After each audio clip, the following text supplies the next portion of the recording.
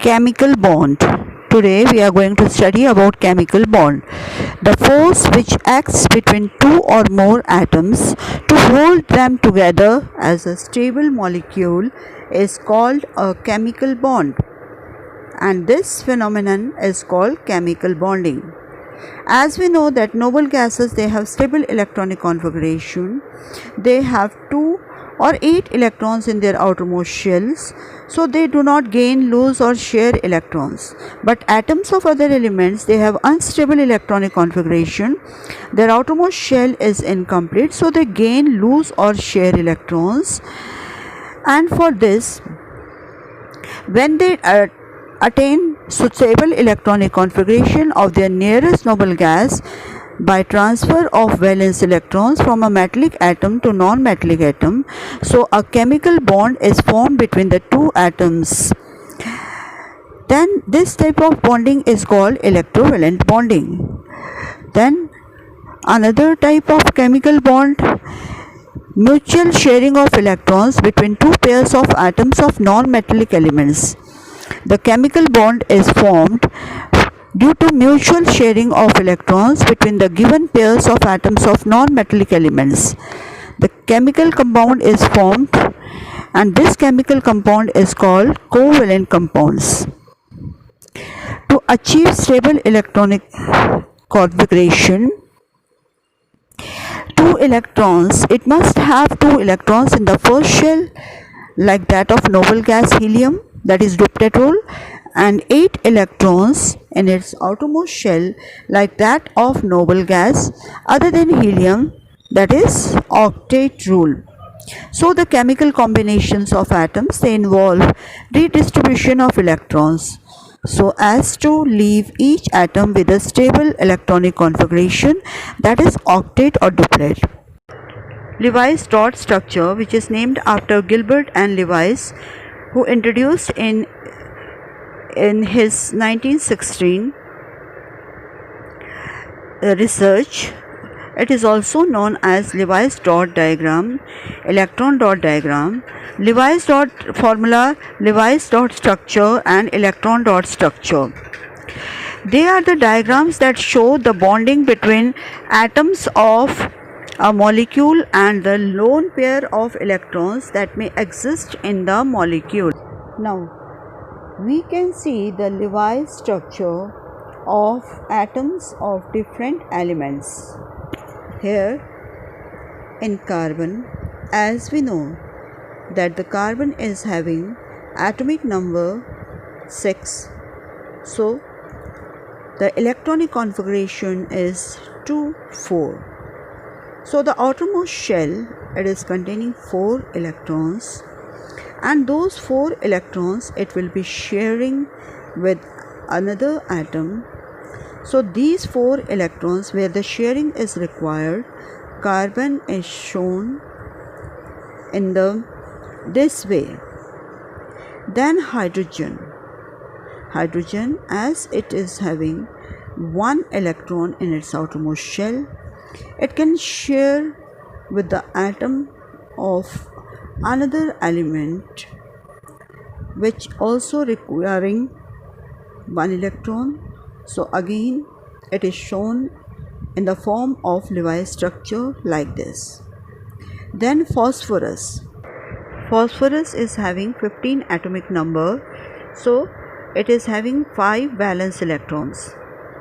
2 electrons will be shown in the pair, rest of the 3 electrons, they will be shown in the figure as it is shown. Then calcium having 2 electrons, so those electrons in the Lewis form, they will be shown in this form. And then argon, as it is having complete octet, so the dot structure for argon will be like this, that is shown in the diagram. Now here is a chart that is showing the symbols of atoms with dots, how they are representing the valence shell electrons.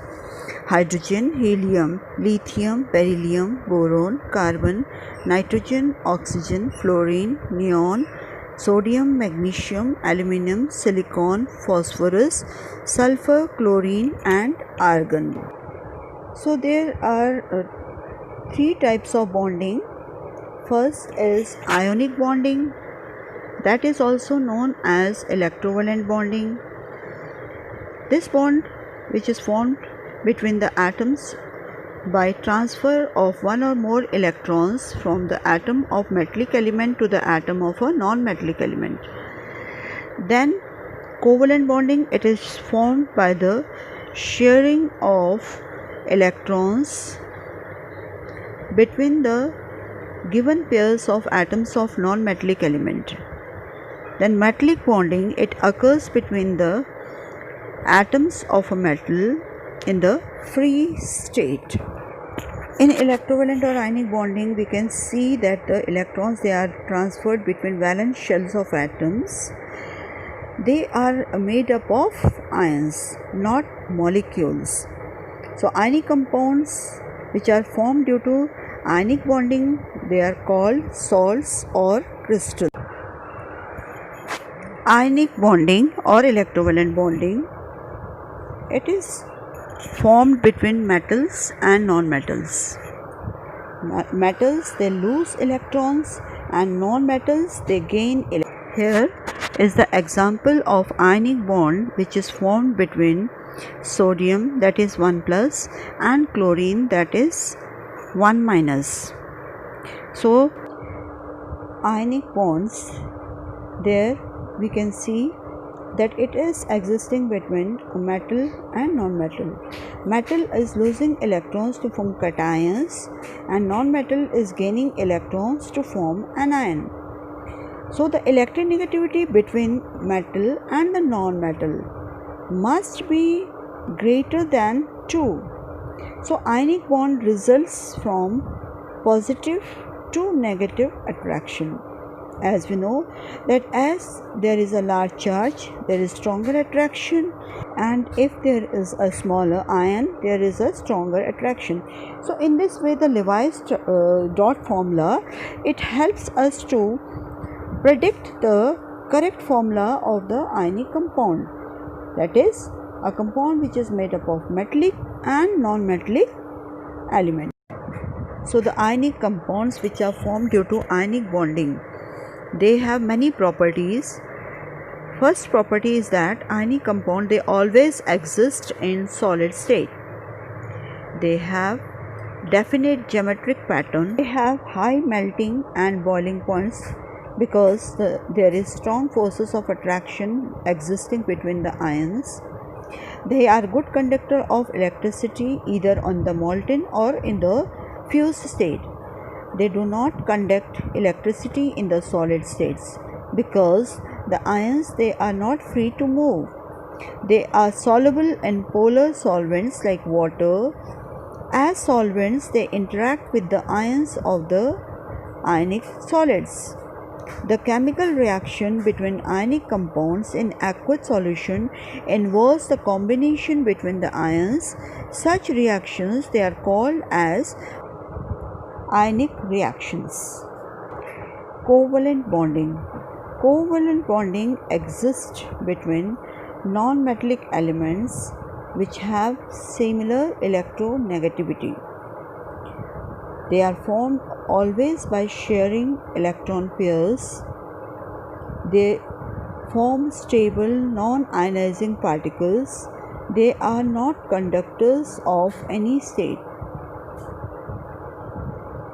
Examples: carbon dioxide, oxygen, water.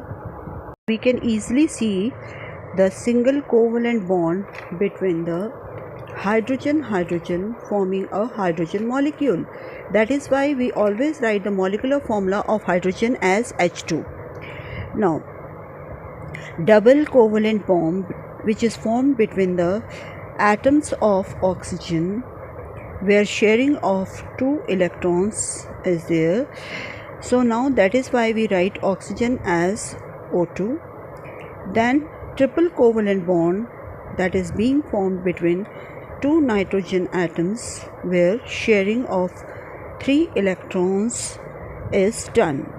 Therefore, we write nitrogen as N2. The molecular formula of nitrogen is N2. Now here we can see that the electrons, when they are shared equally between hydrogen atoms, so it is written as H2, the molecular formula H2, and sharing of electrons between two chlorine atoms. The molecular formula of chlorine, it is represented as Cl2. We can easily see how the oxygen molecule, that is O2, is formed by sharing of two electrons between the atoms. So now we are going to discuss the properties of covalent bond. The bonds that form compounds, these compounds formed, they exist as discrete molecules. The forces of attraction are weak because of small molecular size. They mainly exist in liquid or gaseous state. Sugar, urea, starch, etc., they exist in solid state. The compounds formed by covalent bond, they have low melting and boiling points due to weak attractive forces. They are poor conductors of electricity in fused or dissolved state. Now, covalent compounds, they are less soluble in water and they always give molecular reaction. Now, this is a metallic bonding. The model of metallic bonding can be used to explain the properties of metals. The properties like luster, malleability, ductility, electrical and thermal conductivity, they all are based on the properties of mobility of electrons in the solid.